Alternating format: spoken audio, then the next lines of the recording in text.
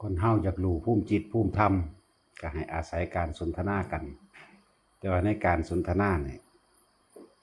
มันก็มีทั้งสองอย่างทั้งที่เห็นหน้าและบ่เห็นหน้าเนาะแต่ว่าอยากรู้อุปนิสัยที่แท้จริงของคนก็ต้องให้มาอยู่ร่วมกันนานๆซะก่อนจังสิเข้าใจเข้าถึงเบิดได้ถูกสัมผัสเลย นั่นแหละซุมื้อนี้โลกมันหังพัฒนาไกลเอาผู้หญิงผู้หนึ่งหรือผู้ชายผู้ใดผู้หนึ่งก็ได้ออกไปในรูปถ่ายแล้วใส่คำบรรยายทั้งหญิงทั้งชายนั่นแหละให้เป็นคนดีที่น่าสงสารก็ได้ให้เป็นคนเลวที่น่าเกลียดน่าชังก็ได้เนาะที่นี่คำว่าอยากฮู้ภูมิจิตภูมิธรรมก็อาศัยการสนทนาอยากฮู้อุปนิสัยวาสนาก็ให้อาศัยกันอยู่รวมกันนานๆที่เฮาเห็นต่างๆนานาในเขาใส่คำบรรยายคนส่วนมากก็สิเชื่อไปเลยมักสิเชื่อไปเลยเด้เอาผู้หญิงแต่งตัวผู้หนึ่งหรือแต่งตัวแบบใดก็ได้เราใส่คำบรรยายเข้าไปก็เชื่อไปเลยเด้คนผู้ชายก็ได้แต่งตัวเราเชื่อคำบรรยายที่เขาบรรยายให้ก็มีเยอะแยะหรือเป็นภาพถ่ายอาหารเฮาเดี๋ยวเบิ่งในภาพถ่ายเดี๋ยวอู้เป็นตะกินตะแซ่บแท้เนาะเป็นตะกินเป็นตะแซ่บเด้ โดยที่บ่ได้เข้าไปซิมจริงถ้าได้กินจริงๆแล้วจักมันสิเป็นรสชาติใดยังบ่รู้แต่ว่าเอาสิ่งที่ตาเห็นเขามายืนยันว่าสวยว่างามว่าแซ่บทั้งที่บ่ทันได้กินคือกันจึงบอกว่าคนเฮาอยากรู้จักกันจริงๆนะต้องอาศัยการคบกันนานๆเบิ่งอุปนิสัยกันไปนานๆเพราะว่าแค่เรื่องการสนทนากันคุยกันนานๆมาคุยกันเทื่อนึงหรือคุยกันโดยบ่ได้เห็นหน้าจังซี่เอาอิหยังมาเป็นเครื่องยืนยันตัดสินว่าเขาผู้นั้นเป็นคนดีหรือบ่ดีคนเฮาส่วนมากคุยกันก็ยกย่องเจ้าของดีอยู่แล้วเนาะเอาผลงานผลงานในการกระทำนั่นแหละยืนยันออกสู่สายตาทุกสิ่งทุกอย่างจึงต้องการความพิสูจน์อย่าเชื่ออะไรง่ายๆโดยที่เฮาบ่ได้พิสูจน์ด้วยตัวเองใจว่าล่ะแต่คนส่วนมากมันจะเชื่อเร็วโดยเฉพาะเรื่องบ่ดีเป็นหยังจังเชื่อเรื่องบ่ดีเร็วๆเพราะว่าอุปนิสัยของเจ้าของเองก็สะสมเอาเฉพาะสิ่งที่บ่ดีนั่นเองมันเลยเชื่อแนวบ่ดีเร็วโดยบ่มีการพิสูจน์เชื่อแล้วก็เมื่อมีความเชื่อแล้วสิ่งที่เชื่อเอาไว้สิเป็นเครื่องกั้นเด้แม้นบุคคลผู้นั้นที่ทำดีบันไดก็ตามเด้บัดนี้แม้นไปเห็นมาทำดีบันไดก็ตามมันจะเอาความเชื่อแลกเข้ามาเป็นเครื่องคัดง้างเข้ามาเป็นเครื่องเหนี่ยวรั้งเจ้าของเองบ่ให้โมทนาบ่ให้ยินดีเห็นดีเห็นงามหยังกับเขาว่าขนาดบ่เคยเห็นหน้ากันคนนี่ก็ยังเชื่อกันในเรื่องบ่ดีได้เด้พอตาเห็นไปพุ่นอุ้ยเขาว่าจังซั่นเขาวาจังซี่นี่สิเอาเหตุผลต่างๆที่เคยได้ยินได้ฟังมาสัญญาอันมันเป็นศิรพัตตุสัญญานั่นเองเขามายกอ้างมากั้นผู้อื่นบ่ให้ผู้อื่นเฮ็ดนำให้เชื่อถือลักษณะนั้นฉะนั้นพุทธศาสนาของเฮาคนพุทธแท้ๆต้องมีการพิสูจน์ด้วยตัวเองบ่ได้เชื่ออะไรง่ายๆเด้แต่ว่าบ่ได้ขัดแย้งเลยทันทีนี่ก็แสดงว่าบ่เชื่อง่ายๆคือกันบ่ขัดแย้งเลยทันทีหรือไม่เห็นด้วยโดยที่เดียวนั่นแหละคือบ่ขัดบ่ขวางหยังเบิ่งไปเรื่อย นี่ก็คือหลักการที่ทุกๆคนต้องควรนำไปใส่ในชีวิตจริงว่าตั้งแต่เขาซาลือนันนี่มานะอยากเสื้อโลดทั้งที่บ่เห็นหน้านี่เสียงเฮ็ดให้เสียก็เยอะแยะมากมายบ่เห็นหน้าบ่ฮู้จักเจตนาเขาพร้อมเนาะฉะนั้นทุกอย่างหาเฮาอยากพิสูจน์เฮาต้องไปอยู่กับเขาคือพอเฮาอยู่นำกันเดี๋ยวนี้แหละผู้นั้นเป็นจังซั่นผู้นี้เป็นจังซี่เนี่ยมันสิเป็นอันนี้ที่แรกก็ซาลือกันไปแล้วดีเด้เท่านั้นเราดีเด้อพระนั้นดีเด้ออันนั้นเด้ออันนี้ดีเด้อเทศดีเด้อเว้าดีเด้อแต่ว่าบัดไปอยู่นำแล้วมันคนละเรื่องกันก็มีเด้แล้วเพิ่นจังว่าอย่าเชื่ออะไรง่ายๆโดยที่ตัวเองบ่ได้พิสูจน์เพราะว่าพิสูจน์บ่แม่นว่าเฮาจะไปตั้งป้อมพิสูจน์หรือจับผิดดอกก็เฮาก็อยู่โดยปกติเฮาแล้วผลงานต่างๆนานามันทางสิแสดงออกมาดอก ผลงานก็คือนี่แหละคือเฮาทุกๆคนเห็นอยู่นี่แหละเฮามาเห็นกันเฮามาฮู้จักกันแล้วปึ๊บ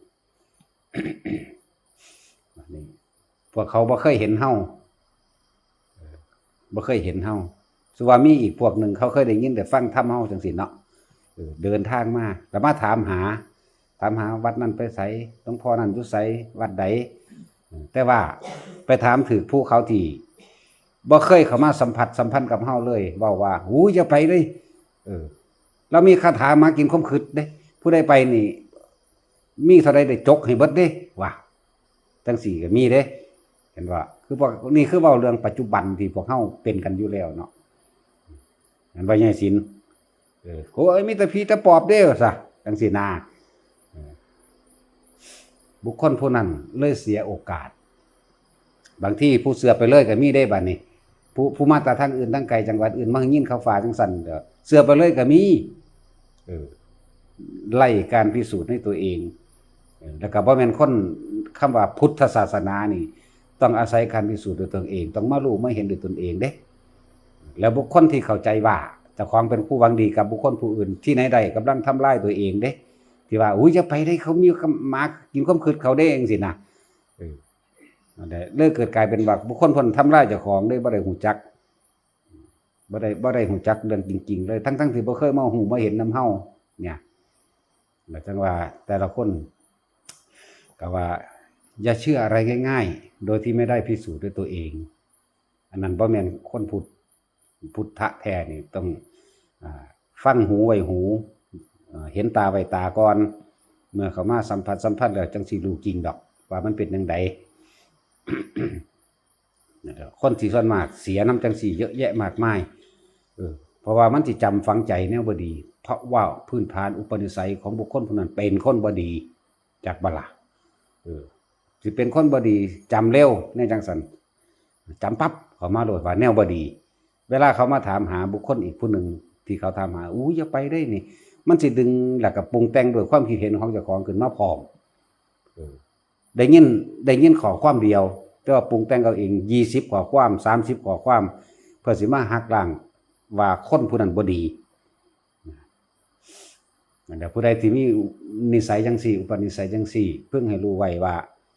มันเป็นผลร้ายแก่ตัวเองบ่ได้แม่นผลดีเลยให้ละออกซะละออก แม้นเขาสิเว้าเรื่องดีปานใดก็สร้างให้กับบุคคลที่ผู้นั้นบ่เคยเห็นจักเทื่อแต่ว่าเว้าแต่เรื่องหลายๆให้เฮาบัดผู้มาเห็นอยู่นำเฮาผู้น่าคู่ขี้อยู่นำเฮาตลอดนี่เว้าเรื่องดีปานใดก็สร้างคนผู้นั้นสิหาแต่แนวบ่ดีมาหักล้างแม้โตอย่างที่ได้ยินได้ฟังจากทางอื่นจากวิทยุโทรทัศน์อิหยังก็แล้วแต่สิเอาผู้นั้นวัดนั้นคือเฮ็ดจังซั่นมื้อนี้คือเฮ็ดจังซี่มาหักล้างเด้นั่นแหละให้ฮู้ไว้เลยว่าอุปนิสัยอันนั้นอุปนิสัยบ่อาจสามารถที่สิเข้าถึงธรรมได้คนประเภทนั้นเพราะว่ามันสิฆ่าความคิดเห็นของเป็นใหญ่คือมันได้ยกตนเด็กโตขึ้นว่ากูเป็นผู้รู้แล้วนี่มันเลยบ่อาจสามารถสิละความยึดมั่นถือมั่นตัวนั้นไว้ยันเขาว่าเจ้าของเป็นคนขี้ตัวมันเลยตัวซ่อนตัวไปอีกหลายๆอย่างเป็นจังซั่น ผู้ใดมีอุปนิสัยจังซี่ก็คือว่างออกซะมันสิเป็นผลดีกับตัวเองถ้าเขาถามมหาภัยก็ชี้แจงทางให้เขารู้อยู่หั่นอยู่นี่จังซั่นจังซี่อธิบายไปบ่ต้องไปใส่ไฟใส่ความอิหยังเพิ่มขึ้นหรือแม้กระทั่งบุคคลที่มีความศรัทธาก็คือกันบัดนี้จะไปเอาศรัทธาของเจ้าของเองออกมาเว้าให้เขามาพิสูจน์ด้วยตัวเขาเองขนาดสมัยพระพุทธเจ้าเฮาเวลาพระอานนท์แสดงบางที่พระอานนท์แสดงโดยศรัทธาของเจ้าของเนี่ยพุทธเจ้ายังตำหนิเลยอานนท์กำลังแสดงศรัทธาโดยตัวเองเป็นศรัทธาของตัวเองเป็นความเห็นของตัวเองนั่นขนาดนั้นเด้ว่าธรรมดาเด้ขนาดพระอานนท์แสดงพระตถาคตเจ้าเนี่ยรู้ทุกอย่างพระตถาคตเจ้าเนี่ยแบบนั้นแบบนี้ก็ว่าไปอานนท์เธอกำลังแสดงศรัทธาของตัวเองนั่นความหมายคือเพิ่นอยากให้ผู้คนผู้นั้นมาพิสูจน์เอาเองบ่แม่นว่ามายกส่งเสริมแบบนั้นขนาดนั้นล่ะนี่คิดเอาขนาดนั้นแหละเพิ่นบ่ได้ยกย่องเจ้าของเองเด้แม่นผู้อื่นมายกย่องเพิ่นจังซี่เพิ่นก็บ่ได้หัวซ่าเด้พระพุทธเจ้านะบอกว่าทุกคนจะพิสูจน์อันใดก็ให้ไปด้วยตัวเอง จะไปเฟื่อฟังความคนจะไปฟังความ โดยเฉพาะเรื่องธรรมะนี่แหละเฮาเว้าเรื่องธรรมะกันมันจังสิเป็นเรื่องรู้แจ้งเห็นจริงของเจ้าของเองนั่นแหละธรรมะก็เลยมันสิเป็นเรื่องจริงของเจ้าของเองที่ตัวเองต้องมาพิสูจน์เองทุกอย่างที่เพิ่นเป็นหยังจังบอกในเรื่องของกรรมสูตรนั่นแหละพุทธเจ้าให้วิธีให้นัยยะในการตัดสินใจมันก็เกี่ยวกันกับตัวนี้นะอันนึงก็เลยอย่าเชื่อเพราะเห็นตาเห็นอย่าเชื่อเพราะกระทำสืบต่อกันมาอย่าเชื่อเพราะว่าบุคคลผู้นี้สมควรเชื่ออย่าเชื่อเพราะได้ยินได้ฟังอย่าเชื่อ4อย่างเลยบอกอย่าเชื่อว่าบุคคลผู้นั้นเป็นครูของเธอคุณไล่ไปเรื่อยๆเด้อย่าเชื่อเพราะว่ากระทำการอย่าเชื่อเพราะว่าเป็นพิธีที่สมควรเชื่อคือการจัดการพิธีอย่างต่างๆอย่างยิ่งใหญ่นั่นเองว่าชื่อว่าได้เบิดหรอกได้8-9 อันนี่แหละนึกว่าอย่าเชื่อว่าเราตถาคตอย่าเชื่อแม้เราตถาคตว่าเป็นครูของเธอนี่เป็นคำที่เฮาสุดยอดอีกทีแต่เฮาฝังใจเลยว่าอย่าเชื่อแม้ว่าเราตถาคตนั่นเป็นครูของเธอนี่เป็นคำที่เฮาทึ่งขนาดเลยนะแบบฝังใจเลยลักษณะนั้นแต่คนส่วนมากลองเบิ่งเด้อมึงบ่เชื่อกูว่าเนาะตาสินมิแต่อยากอ้างเจ้าของมันเป็นลักษณะนั้นนี่คือให้นัยยะในการตัดสินใจสิ่งใดสิ่งหนึ่งในความเชื่อก็คือเฮาก็เว้าหลายๆนัยยะอยู่ดอกคือว่าบุคคลที่มานี่ก็บ่ได้ให้มาเชื่อในความขลังความศักดิ์สิทธิ์ศาสนานี่บ่ขลังศาสนานี่บ่ได้ศักดิ์สิทธิ์ตัวเฮาเองต่างหากจะต้องทำเองทุกอย่างบ่ได้เกี่ยวกับความขลังบ่ได้เกี่ยวกับความศักดิ์สิทธิ์อันนี้ศักดิ์สิทธิ์ก็ให้มันแปลให้มันถูกก็แล้วกันศักดิ์สิทธิ์ก็แปลว่าสำเร็จนั่นเองไอ้ความขลังมันเป็นคำภาษาไทยครับจักแม่นหยังความขลังบ่มีขลังหรอกเฮาว่าพากันปรุงแต่งอุปทานขึ้นมาเองอันนึงนะว่าทุกคนถ้าจะศรัทธาถ้าจะเชื่อขอให้เชื่อว่านี่เป็นแนวทางเป็นทางเดินในการกระทำโดยกายโดยวาจาโดยใจของเฮาเองเพื่อการพ้นทุกข์แห่งตัวเราเองมรรคมีองค์8ให้เชื่อตัวนี้เด้บ่ได้ให้เชื่อบุคคลเด้บุคคลมันเป็นตาเชื่อเนาะนี่อุ้ยเพิ่นมีความรู้หลายเพิ่นเทศเก่งเนาะนี่ก็บ่ได้ให้มาเชื่อได้เทศเก่งให้พวกเจ้าเอาไปเฮ็ดเอาเองอันใดที่สมควรปฏิบัติแล้วสามารถที่จะเฮ็ดให้เจ้าของหลุดพ้นจากความยึดมั่นถือมั่นในอันใดอันหนึ่งเป็นลำดับไปนั่นแหละเฮ็ดไปจังว่าบ่ได้ให้มาเชื่อบ่ได้ให้มาศรัทธาในตัวบุคคลให้ศรัทธาแนวทางการปฏิบัติเพื่อการพ้นทุกข์ของเจ้าของเองบ่ขังแล้วสิให้นัยยะอีกอันหนึ่งสำหรับคำว่าสักกายทิฏฐิอีกอันหนึ่งสักกามาจากคำว่าสักการะนอบน้อมหรือกระทำตามไปที่ห้ากายะบุคคลที่ทำการสักการะบูชากายของตนด้วยความคิดเห็นของตนเป็นใหญ่เรียกว่าสักกายทิฏฐิคำว่าสักกายทิฏฐิสักกายะมาจากคำว่าสักการะตัดละออกมาเป็นกายะบุคคลผู้บูชากายของตนด้วยความคิดเห็นของตนเป็นใหญ่อันนี้ก็อีกอันหนึ่งเด้อให้อีกนัยยะหนึ่งคนเฮาเป็นตกอยู่ใต้อำนาจของร่างกายนั่นเองใต้อำนาจของกายอันสืบเนื่องไปต่อกายแล้วก็เวทนาความรู้สึกของกายสัญญาความจำอันเดิมมาจากกายสังขารความคิดปรุงแต่งต่างๆอันเริ่มมาจากกายวิญญาณคือความหลับรู้ในความรู้สึกสุขและทุกข์หรือห่อนหรือหนาวหรือหิวหรือสบายขิ้งก็แล้วแต่ล้วนแล้วตั้งแต่ว่ามีเหตุมีปัจจัยมาจากกายว่าคนนี้มันสักการะกาย หาแนวมาบำรุงบำเรอนั่นแหละเรียกว่าสักกายะหาแนวมาบำรุงบำเรอร่างกายของเจ้าของให้มันเป็นไปตามความคิดเห็นของเจ้าของเพิ่นก็เลยว่ายึดมั่นถือมั่นในกายกับแมนถือว่ารูปร่างกายนี่เป็นของตนกับแมนถือว่านั่นแหละจังว่าสักกายะคนเฮาเนี่ยบูชากายเจ้าของนั่นแหละด้วยตามความคิดเห็นของตนเองเป็นใหญ่เรียกว่าสักกายะทิฏฐิมีให้นัยยะอันนึงเด้จริงๆมันมีมาก20อย่างกูแต่ว่าสิให้แปลกๆออกไปให้มันแตกต่างออกไปซึ่งเป็นคำที่เฮาบ่เคยได้ยินได้ฟังเป็นหยังคนคือสักการะร่างกายของเจ้าของครับเป็นหยังคือมาบำรุงบำเรอร่างกายของเจ้าของแต่ตามความคิดเห็นของเจ้าของครับแต่เข้าใจว่ากายนี่เป็นของเจ้าของนั่นเองจึงทำการสักการะบูชาร่างกายบูชาแปลว่ายินดีกระทำตามเด้บูชานั่นน่ะกระทำตามนั้นกระทำตามกายนี่แหละคือบ่กระทำตามหยังล่ะจะให้มันสวยมันงามนั่นความคิดเห็นขึ้นมาอยากให้มันสวยให้มันงามให้คนมายกย่องให้คนมาว่ากูดีให้คนมาว่ากูรอกูงามนะแม่นเบิดนั่นแหละยังก็ดีจึงว่าคำว่าสักกายะคนเฮาถือร่างกายเป็นใหญ่ก็เลยหาสิ่งต่างๆนานามาบำรุงบำเรอร่างกายเจ้าของเองตามความคิดเห็นของตนนี่คือสักกายะทิฏฐิอีกนัยยะหนึ่งเด้อบางคนอาจจะเคยได้ยินได้ฟังมาหลายๆนัยยะแต่อาจจะไม่เคยได้ยินนัยยะนี่ให้เอาคำว่าศีรพจตุปามาสมาเทียบนำเด้อศีรพจตุบ่แมนบ่ถือต้องเป็นไปตามที่กูยึดไว้นี่เพียงแต่ว่าให้ทำใจกว้างๆตีความเข้าใจออกกว้างๆคือ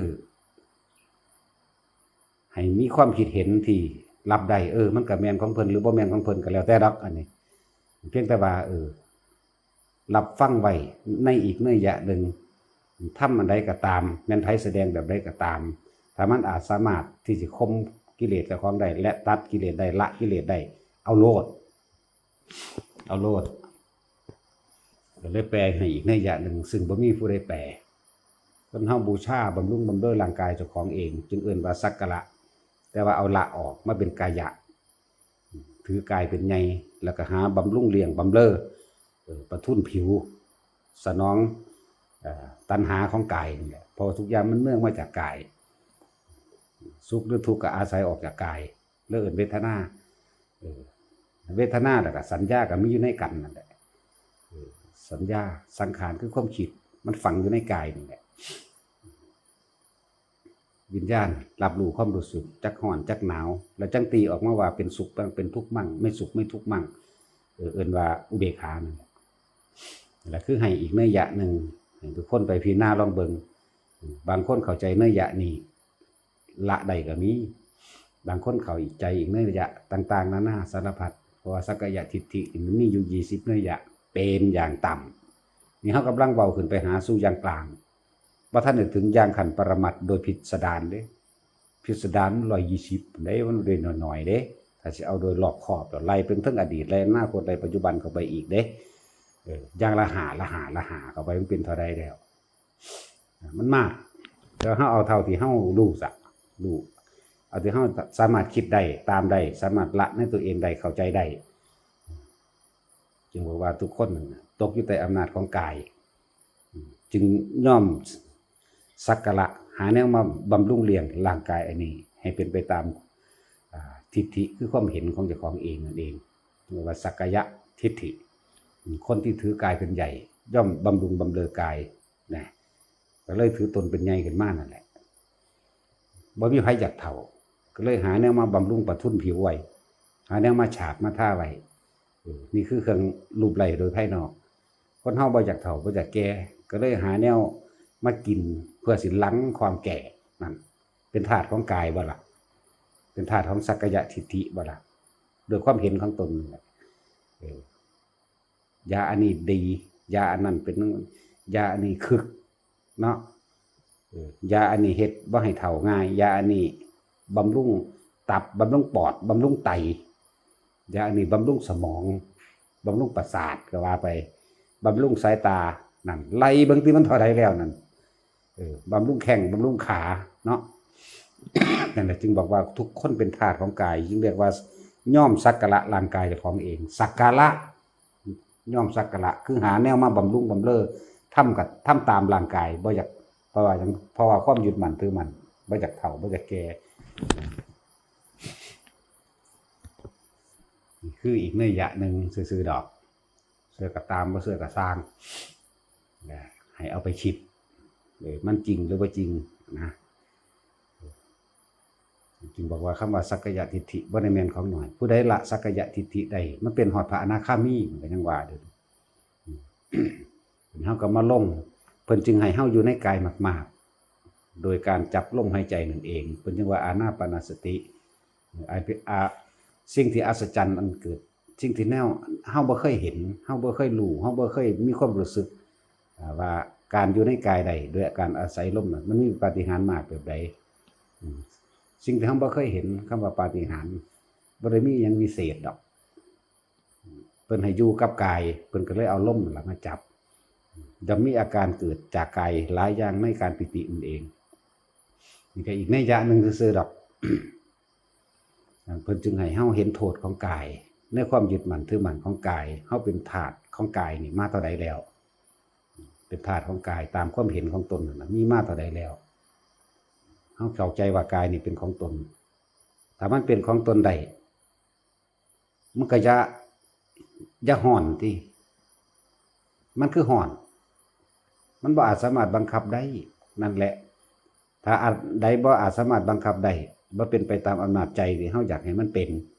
สิ่งนั้นมันเป็นทุกข์หรือเป็นสุขล่ะมันก็เป็นทุกข์เพราะว่ายึดกายนั่นแหละบ่มีผู้ใดอยากหลังค่อมหลังงอก็หาแนวมาบำรุงมันไว้ยาหยังบำรุงกระดูกยาบำรุงเส้นเอ็นยาบำรุงนั่นยาบำรุงนี่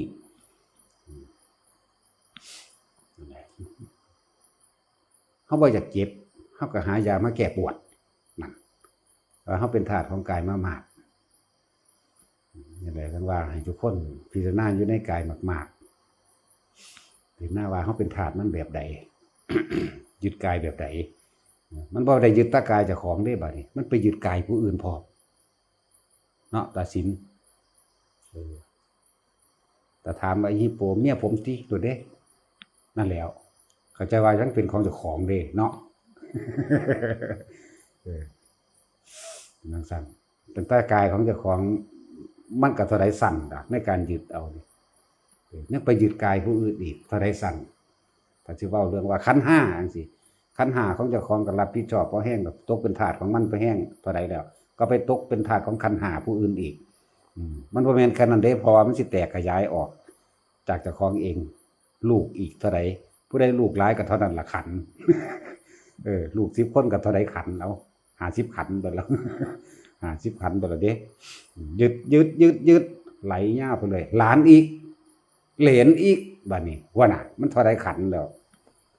ล้วนแล้วจะเป็นตกอยู่ใต้เป็นธาตุของกายเบิดแล้วนั่นแหละทุกคนจึงย่อม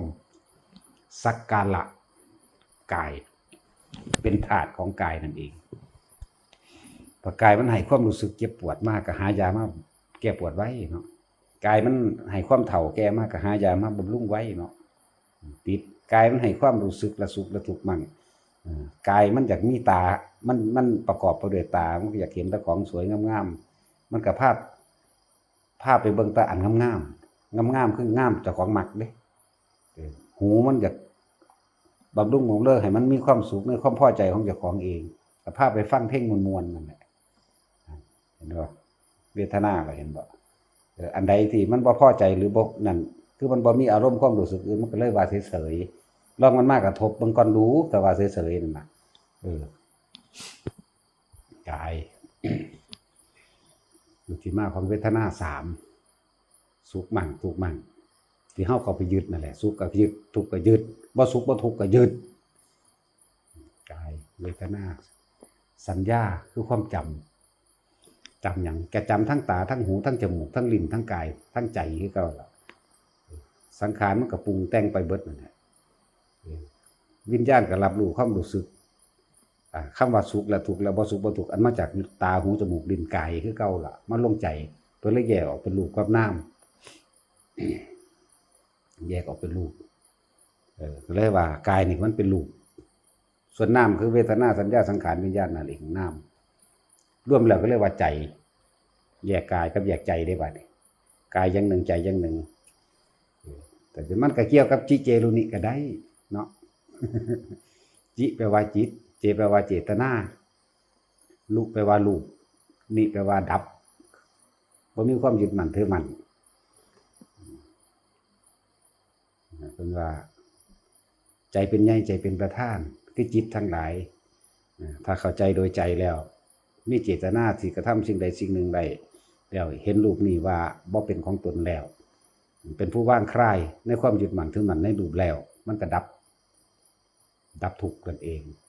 เรื่องว่าจิเจรุนิก็ได้นั่นเป็นสิ่งที่โบราณเพิ่นพาเฮ็ดเขียนใส่ปากคนตายมาไว้ดอกเป็นปริศนาธรรมอันหนึ่งถ้าเราเข้าใจได้เถิดว่าสวดยอดพระกันไตรปิฎกแล้วจังมันเป็นหัวใจยอดพระกันไตรปิฎกแล้วจังเขียนยัดใส่ปากให้ผู้ตายไปนิพพานว่าซั่นตายที่จังสิไปนิพพานเป็นนี่แล้วนิพพานก็เลยมันได้ไปตอนตายเด้ไปตอนเป็นนี่ดิคำว่าไปนั้นบ่ได้ไปดอกมันเป็นวาทกรรมซื่อๆดอกถ้าบ่เว้าจังซั่นก็บ่เข้าใจนิพพานก็มีอยู่ในเดียวนี้ขณะนี้แหละอันใดที่เฮาดับ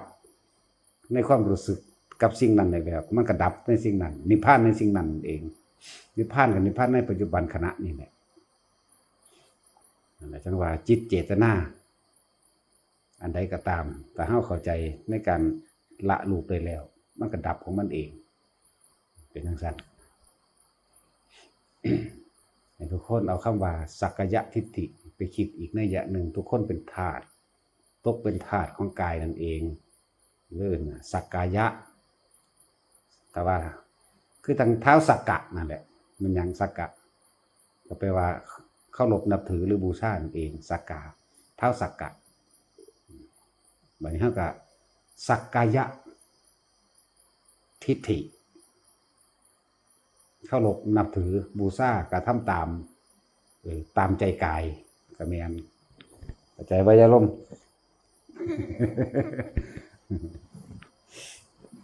แม่นว่าล่ะตะกี้ผู้ใดก็อยากงามเนาะหาแนวมาท่าอยู่ว่าสั่นสิออกบ้านออกเมืองใดแต่ละมื้อแต่ละเว้นแย่งแหวนอยู่หั่นหาเฟซอ่อนมาท่าถูปัดอยู่หั่นเนาะแป้งพลัส มาท่าหาลิปแปลว่าสีศพ นี่ อีปลาปากใหญ่มากว่ะมันสิเปลืองก็มูอยู่ได้พอบานเพราะว่าอันนึงมันสิท่าได้2เทื่อเท่านั้นเองมันใหญ่สิว่ามันสิพ่อมันน่าสิเอาซึ่งสีเป็นกองมาท่าปาดเอาเบิดเนาะมันฟังอยู่บ่ล่ะอีห่านั่นฟังอยู่ อีปลาลดจังบ่ค่อยเปลืองปานใดมันปากแหลมปลาลดอีหนูขิวหนูย่วงไม่มีผู้ใดกินแบบกันแบบนั้น หรือว่าเปลืองปานใดมันแต่คนตกอยู่ใต้อำนาจเป็นทาสของร่างกายนั่นเองจึงเรียกว่าสักกายทิฏฐิตามความคิดเห็นของเจ้าของคำว่าความคิดเห็นผู้มันเยอะกระดอเนาะเฮาก็ไล่เอาในตัณหาคือความอยากอุปทานคือความยึดเข้ามาเกี่ยวจริงๆธรรมทั้งเบิดเป็นก้อนกลมเกลียวอันเดียวกันเป็นห่วงโซ่อุปทานเดียวกันเบิดแยกจากกันบ่ได้ดอกคิดอันนึงก็คิดถึงเรื่องนึงก็ล่ามเข้าสู่อีกทุกเรื่องเลยนั่นแหละคือเฮาเห็นปฏิจจสมุปบาทนั่นแหละคิดถึงเรื่องของความอยากเป็นเหตุแห่งความเกิดก็ร่วมลงไปฮอดชาติชรามรณะแล้วก็มาอวิชชาคุ้มหัวคือเก่าพุ่นล่ะคิดถึงความดับบัดนี้กระดับความพอใจตัวเดียวกระดับปุ๊บทุกอย่างเลยอวิชชายตเววะอเสสะวิราคะนิโรธามันหยังซั่นดับราคะความพอใจตัวเดียวนั่นราคะบ่มีความพอใจแล้วความบ่พอใจสิมาจากไสวะ นี่แค่ให้เนื้อยะอีกเนื้อยะนึงแต่ละคนไปพิจารณาเอาเองให้ทุกๆคนนั่นให้ลงความเห็นด้วยตัวเองให้ฝึกหัดให้ศึกษาเพิ่นให้ข้อคิดไปแล้วนี่บั บัดนี้เฮาก็นำไปใคร่ครวญอีกที่หนึ่งโยนิโสมนสิการการพิจารณาตึกตองโดยตนเองอย่างบ่ลดบ่ละจักว่าล่ะบ่จักแปลคือเพิ่นดอกแปลมันออกต่างๆหมู่เอาเฮาเนาะนี่ล่ะอย่างแยบคายจักสิแยบคายจังได๋คิดมันอยู่หั่นจุวันเบิดคิดตัวนี่ว่าโยนิโสมนสิการการพิจารณาการตรึกเอาไว้ในใจอย่างแยบคายแปลแต่ซ้ำๆกันอยู่หั่นเว้านำกันซื่อๆบ่เว้านำไผนี่เฮาสิเว้าไปแต่เฮา ลองอีกนัยยะหนึ่งให้นัยยะคือขอคิดอีกขอคิดหนึ่งให้ทุกคนนำไปคิดลองเบิ่งเพื่อบางที่มันคิดโอ้แม่นความเพิ่นเด้ก็มีเด้กูนี่ตกเป็นทาสของร่างกายอีหลีเด้บ่อยากเฒ่าก็หายไปดึงอยู่ว่าซั่นหาลิปมาต้วยปากเนาะหาแปรงพัดมาพัดหน้าเด้เฟซออนแหละธรรมดาว่ะ อิมาลีมันคือสิเปลืองคือกันเนาะมาลีมึงฟังอยู่บ่ปากมึงก็บักไงหน้าก็บักไงโอนโตนวิหารกันเลยมาลีมึงฟังเบิ่งอยู่บ่จักไผสิเปลืองไผหูประเภทเฟซออนมันหังสิเปลืองอีอันนี้ให้มึงซื้อสี GOA เด้อปาดเอาใส่บักไงโลดเรียกมันซื้ออันพวกพับน้อยๆนั่นน่ะ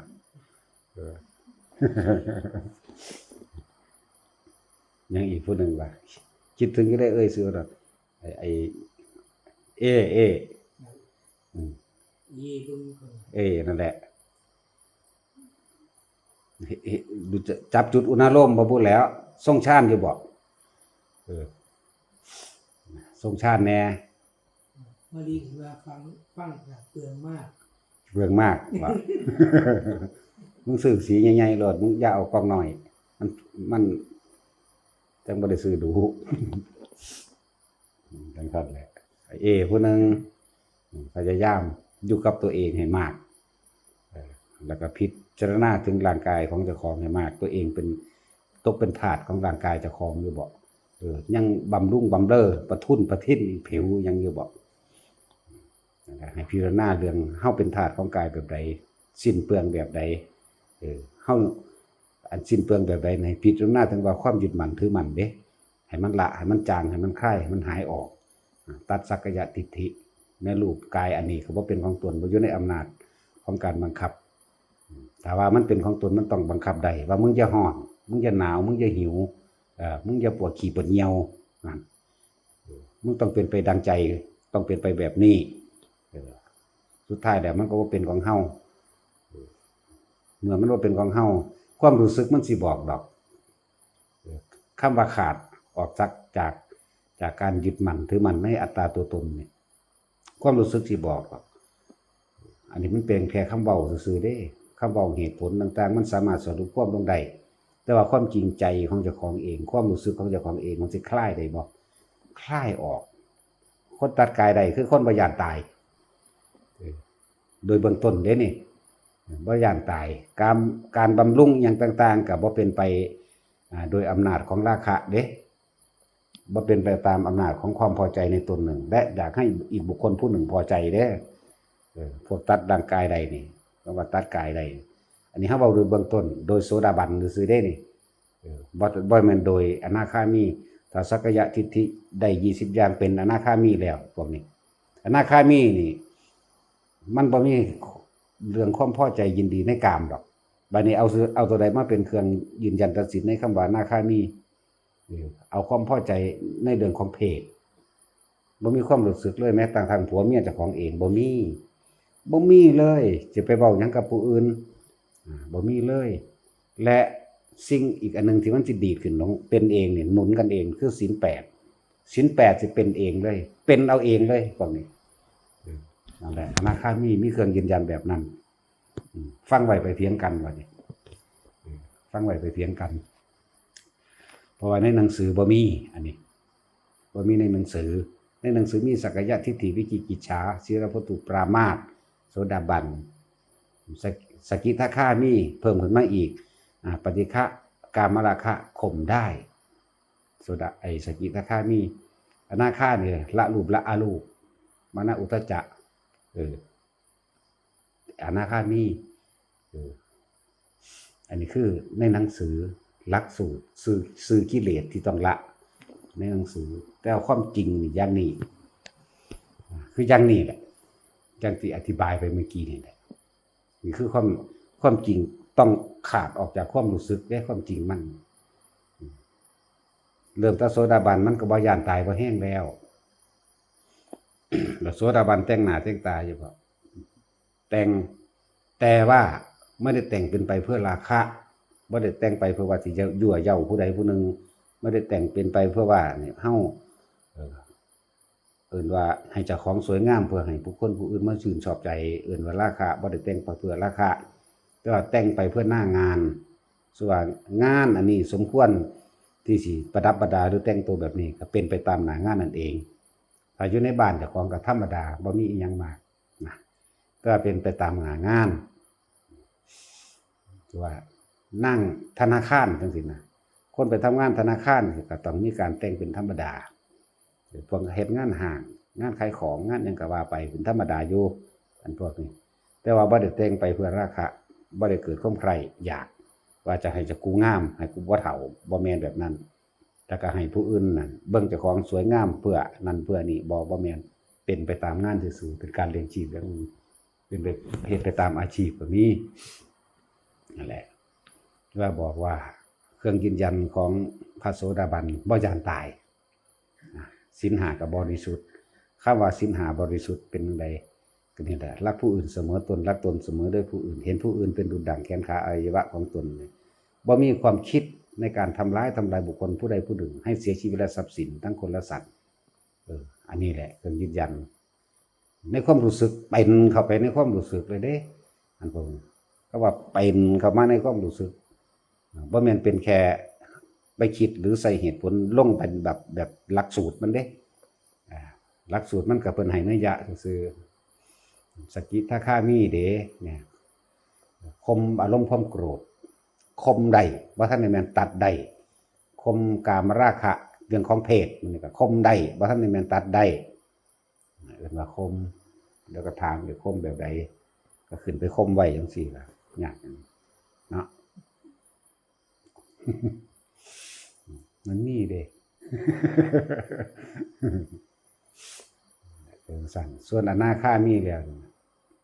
ให้เบิ่งความรู้สึกในเรื่องของเพศบ่มีเลยอารมณ์ความรู้สึกสิจากนอนกับไผนี่บ่มีแม้กระทั่งผัวเมียตัวเองบ่มีศีล8เป็นเองพร้อมมันสิดันของมันขึ้นมาเองอันนี้อธิบายยากอยู่ว่ามันเป็นเองแบบใดมันสิเป็นของมันในความรู้สึกของเจ้าของนี่มันต้องงดเว้นนั่นงดเว้นนี่มันสิเป็นของมันเองเป็นเอาเองโดยบ่ต้องไปขอศีลกับไผเริ่มมาตะโสดาบ่ไปขอไผอีกดอกนั่นแหละจังว่าบางคนก็ถามว่ามานี่มีบวชขาวบวชซี่บวชนั่นให้บ่บวชให้ไผถ้าสิซื้อศีล5ถ้าสิรักษาศีล5ก็มาตั้งจิตเจตนาเอาต่อหน้าพระประธานนี่โลดแม่นสิต่อหน้าพระประธานก็สร้างได้บัดนี้ถ้าเจ้าของบ่อาจสามารถงดเว้นได้มันก็บ่มีความหมายอีหยังดอกขึ้นอยู่กับตัวเองสิเจตนาโดยการงดเว้นถ้าผู้ใดอยากถือศีล5ก็คิดเข้ามาติบ่มีผู้ใดอยากเจ็บอยากปวดบ่มีผู้ใดอยากถูกตีถูกฆ่าบ่มีผู้ใดอยากถูกลักบ่มีผู้ใดอยากให้คนมาตัวเจ้าของประพฤติผิดหรือกินเหล้าเมายาบ่มีใครอยากเมาดอกเนี่ยคิดเข้ามาแล้วแล้วเฮาก็สิไปกล้าเฮ็ดกับผู้อื่นอยู่บ่เฮาก็สิกล้าไปตีไปฆ่าไปรังแกบุคคลผู้อื่นรักของผู้อื่นเขาอยู่บ่เนี่ยให้มันเข้าใจตัวนี้นะด้วยความรู้สึกของเจ้าของเองเลยมันก็เป็นของมันเองในหั่นแหละว่าให้นัยยะไว้บอกไว้ว่าให้ศีลได้อยู่ว่าให้ได้เป็นจังสิให้บ่ได้มันเป็นการบอกแนวทางบ่ได้แม่นว่าเอาโยนให้กัน บุคคลผู้นั้นต้องมีจิตเจตนาในการงดเว้นและต้องมีสติในการรักษาพร้อมแต่ว่าเจ้าของเป็นผู้สมาทานด้วยใจด้วยเจตนาของเจ้าของดอกบ่ว่าสิเป็นการยืนเดินนั่งนอนย่างไปหันย่างไปนี่มันจะต้องมีสติระแวดระวังในการสิไปเหยียบหมดเหยียบแมงคนนี้มันขนาดนั้นเด้จังแม่นส่วนมากมันมีท่าพากันขอไปตามพิธีต่างๆแล้วก็เสยบ่ได้หัวซ่าขอแล้วก็ไปสแตกแดกเหล้าคือเก่าหั่นน่ะพวกขาก็ไปขาคือเก่าตามการทำงานเนาะตาสินแม่นว่าล่ะ นั่นแกะเขาจังซี่ขางัวขาควายอยู่แล้วเนาะอันผู้พาขอนั่นน่ะมันก็ฮอดเมาทำ ธรรมดาบ่มีความหมายหยังอันตัวเจ้าของพร้อมตัวผู้อื่นพร้อมฉะนั้นแต่เจตนางดเว้นด้วยตัวเองมั่นใจในของตัวเองแล้ว มันสิเห็นอานุภาพหลายๆอย่างในหันแหละในเจ้าของเองนั่นแหละจึงบอกว่าทุกคนเฮาให้โอกาสกันบ่แม่นว่าให้โดยทันทีแบบบังคับข่มเหงเอาก็คือว่าเฮาบ่อาจสามารถรักษาได้ตอนกลางเว้นหรือเบิดมื้อเบิดคืนได้ก็คอยงดเว้นเอาเฉพาะตอนนอนจังว่าได้หลายอย่างอยู่ดอกมันมีอดีตนิทานตัวอย่างปุโรหิตฉี่โกงมันรักษาศีล8แต่ว่ามันฉี่โกงเขามายกมันยังไปสวรรค์ได้จังซั่นแหละนั่นเป็นแค่เครื่องเทียบซื่อๆดอกบ่แม่นว่ากูไปฆ่าคนมาก่อนกูจังสิมาสาฟาทานเด้แบบนั้นเด้แต่สิเว้าเรื่ององค์คุณมานบ่มีศีลจักโตได้ล่ะเนาะฆ่าคนตูมอยู่ฟังพระพุทธเจ้าเทื่อเดียวได้โสดาบันน่ะบำเพ็ญไปอีก14มื้อบรรลุอรหันต์ครับกุยเฮ็ดคือองค์คุลมานกันหน้าบ่แม่นแบบนั้นเด้ หรือสันตติอมาตย์จังซี่ฆ่าหลายกว่าองค์คุลิมานอีกบ่ได้ว่าน้อยองค์คุลิมานภาษาพันกว่าคนนึงนั่นถือว่าน้อยๆนึงเด้นั่นน่ะสันตติอมาตย์พูน 30,000 กว่าพุ่นแถมสามารถพระราชาฉลองความชนะให้อีกเอาอีนางน้อยให้อีกบักเฒ่าใหญ่มันก็อันนั้นธรรมดาเลย สัมตสินนี่แหละตอนนั้นเนาะประมาณ50นี่แหละลักษณะได้สั่นก็อีนางน้อย16ปีมันก็มันบันยังแล้วบาดนี้ให้เลี้ยงเหล้าเลี้ยงยาฆ่าหมูฆ่าหมาให้กินกันอีกเนาะมื้อสุดท้ายมื้อที่เกียรติมาอีนางน้อยนั่นตายซ้ำนางสนมมันมอบนางสนมให้เสียใจหลายคิดพ่อพระพุทธเจ้าเทศนา4ประโยคเท่านั้นบรรลุอรหันต์ตายซ้ำบ่แม่นเด้ว่ากูสิเฮ็ดแบบนั้นซะก่อนดอกเว้ย มันเท่าใดล้านในหนึ่งนั่นมันเท่าใดล้านในหนึ่งเด้ในจังซี่เพื่อบ่ให้ซีเรียสซื่อๆดอกเฮา เฮาบ่บังคับขนาดนั้นเป็นไปตามอุปนิสัยวาสนาและความจำเป็นของแต่ละบุคคลเลยว่าบ่ได้งั้นแล้วแต่ไผ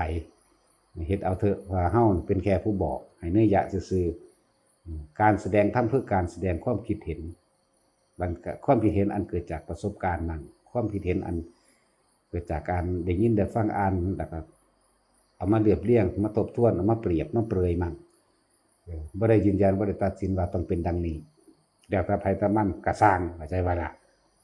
เอามาถามซะ สาธุ